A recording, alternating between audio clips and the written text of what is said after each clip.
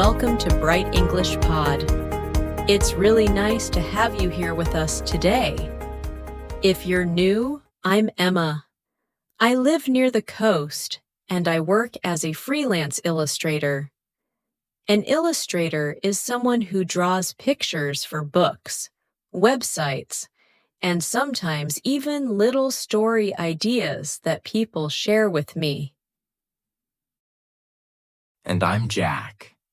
I'm an English tutor, which means I help people learn and practice English. I also really enjoy evening walks. If you've listened to us before, then welcome back. It's always great to have you with us again. Today we're talking about something a lot of people want: how to speak English fluently with simple words. And, honestly, I feel really good about this topic because simple words are my favorite. I use simple words every day. Same here. A lot of my students think fluency means big, long, complicated vocabulary. But actually, fluency often means the opposite. It means using easy and clear words so your ideas come out smoothly. Exactly. You don't need to sound like a professor. You just need to sound like, well, you, a natural person talking. Right. And we'll explore how simple words help with that. I'll share some stories from my lessons, and maybe you'll share some stories too. Oh, I definitely will. And maybe people listening will think, hey, I can do this. Because really, you can. Fluency with simple words is totally possible. Maybe we should start with what fluency means. Fluency isn't about perfection. It's about flow. Flow means moving smoothly without stopping all the time. Yes. When you talk and the ideas keep moving, that's flow. You might make mistakes. You might change your sentence halfway, but the conversation continues. Exactly. And simple words help you keep that flow. Let's give an example. Emma, tell me something you did this morning, but only with simple words. Okay. I woke up early. I made coffee, and I sat by the window. I watched the sea because my home is near the coast. That's it. Perfect. No complex vocabulary, but totally fluent. Yeah, that's the thing. I didn't need fancy expressions to sound natural, just normal everyday language. And that's great for learners. Sometimes I see students who know a big word but don't know how to use it smoothly. So they pause a lot. Yeah, pauses can break the rhythm. Rhythm means the pattern of sounds when you speak. Exactly. And simple words create an easy rhythm. Do you remember when we talked about chunks? Yes. Chunks are small common phrases like, I guess so, I'm not sure, or that sounds good. They help fluency because you can say them without thinking too hard. I use I'm not sure all the time. It's honest and simple. Me too. And you know is another one. Very natural. Oh yes. You know is like a bridge in conversation. A bridge connects ideas or helps your sentence move forward. Right. Bridges are important in spoken English. When people feel stuck, these small phrases keep things going. Speaking of being stuck, I sometimes forget words in English. Yes, even in my own language. So I just explain the idea with simple words. That's a great fluency skill. We call it talking around the word. Like if you forget umbrella, you can say, the thing you use when it rains. People will understand. I love doing that. It feels creative. And it removes pressure. Learners often freeze when they forget a word. But you don't need to freeze. You can keep talking with easy vocabulary. Exactly. I think we should talk a bit about confidence. Confidence means believing you can do something. Yes, confidence is huge for fluency. When you're confident, simple words feel more than enough. Sometimes I speak another language, and when I try to use big words, I panic. But with simple words, I relax. I get that. Learners often want to impress people, but fluency isn't about impressing. It's about connecting. Connecting, meaning making a good link with another person. Right, that's the heart of language. Connection, not perfection. You know, yesterday I met a couple of tourists near the beach. They were speaking English, but it wasn't their first language. They used very simple words, but they were smiling and talking easily. What were they saying? Something like, "Where do we go now?" And "I think it's this way." Nothing complicated. But they communicated clearly and happily. And I thought, that's true fluency. Great example. People mix up fluency with difficulty. But simple is powerful. I like that. Simple is powerful. Maybe I should draw that too. You probably will. Probably. Let's talk about repetition. Repetition means saying something again. Yeah. Repetition is a natural part of fluency. People use the same words many times. For example, I say actually a lot. And I say I mean all the time. I use it to explain or fix my sentence. Those repeated words create a natural voice. Yes, and learners can use the same easy words again and again. There's no rule saying you must use a new word every time. Exactly. And speaking of easy words, maybe we can list a few very common ones that help fluency. But we won't make it a lesson. We'll just say them naturally. Sure, words like think, feel, want, need are super useful. You can build a ton of sentences with them.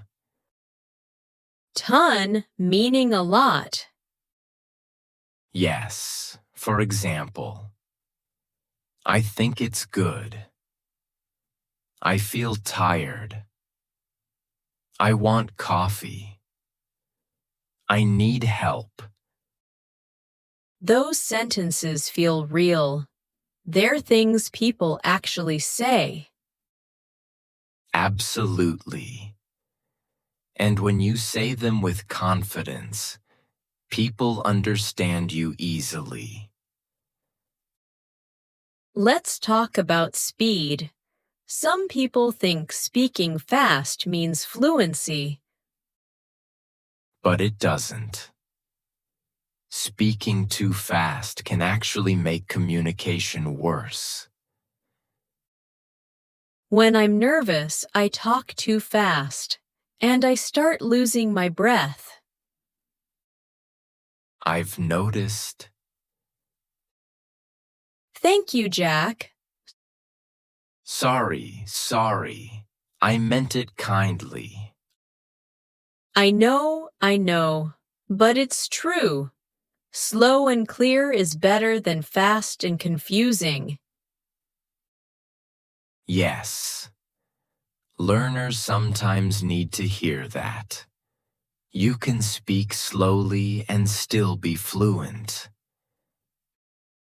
Maybe even more fluent because your ideas are clear. Exactly. And your brain has more time to think. Let's talk about asking questions. Questions are a great way to keep a conversation moving. Absolutely. Even short questions like really or why not help a lot. I love really. It's so simple, but it shows interest. Interest means you care or want to know more. Yes. And asking questions helps you stay part of the conversation even if you don't know many words. Good point. I often tell my students, conversation is not only talking, it's also reacting. Reacting with small phrases like, "Oh, right. I see. Wow. That's nice." Yes, those are quick and easy. Speaking of practicing reactions, sometimes I practice talking alone at home. I talk to myself. Me too.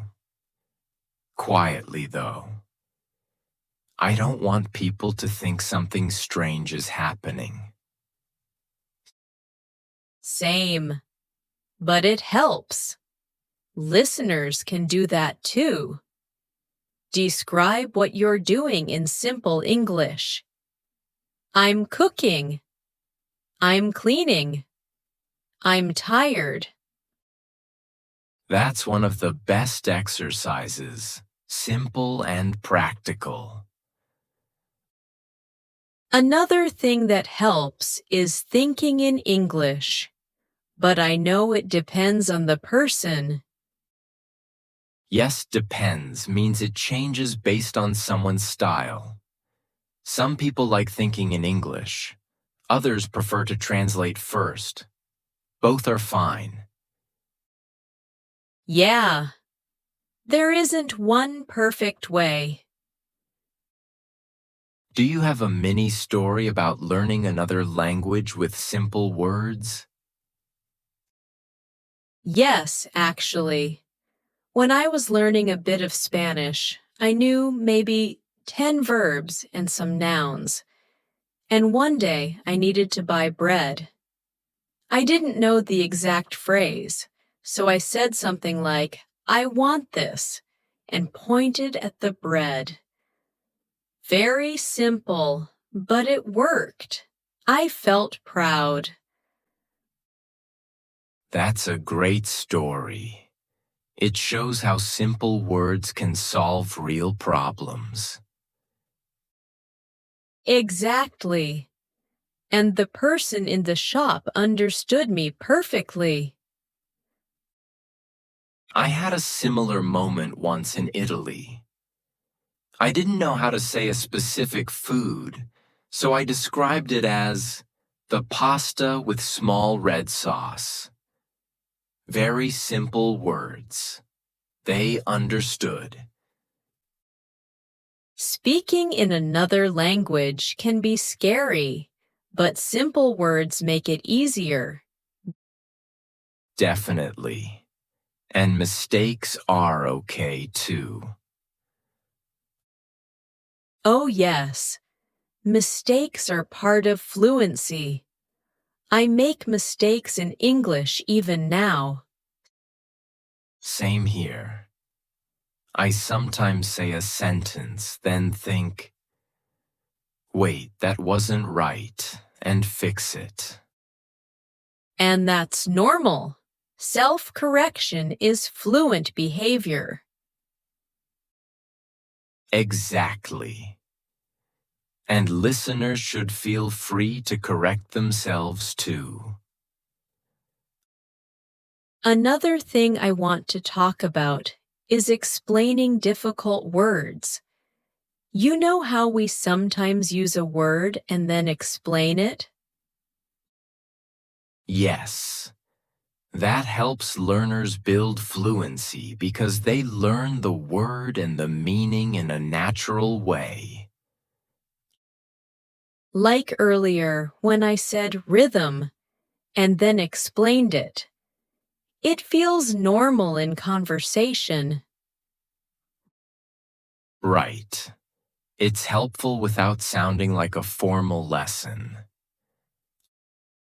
I think one thing people forget is that even native speakers use simple language when they talk about big topics. Very true. We don't say, I was feeling profoundly fatigued. We say, I was really tired. Exactly. Simple words carry strong meaning. I like that phrase. Simple words carry strong meaning. You can have it. You can put it on your wall. Maybe I will next to my walking shoes. Speaking of walking, your evening walks must give you time to practice English in your head. Yes. I look at things and think how I would describe them. Like, that tree is tall, or the sky looks soft tonight. Simple descriptions. That's beautiful and so easy to practice. Yes.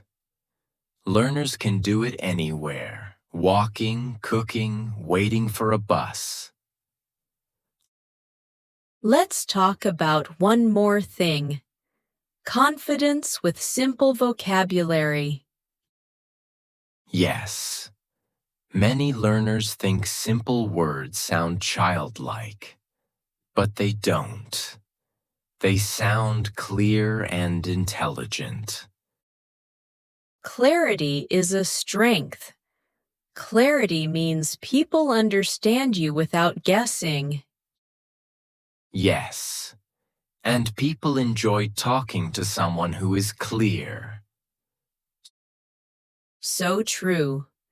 Sometimes I talk to someone who uses complicated words, and honestly, I get tired. Same. Simple is refreshing. I agree. And refreshing means it feels nice and new. Perfect explanation. Thank you. Before we move to the end, maybe we can share one final idea each. Okay. My final idea is simple words help you speak from the heart. When you don't worry about vocabulary, you can focus on feelings and connection. I love that. My final idea is fluency grows step by step.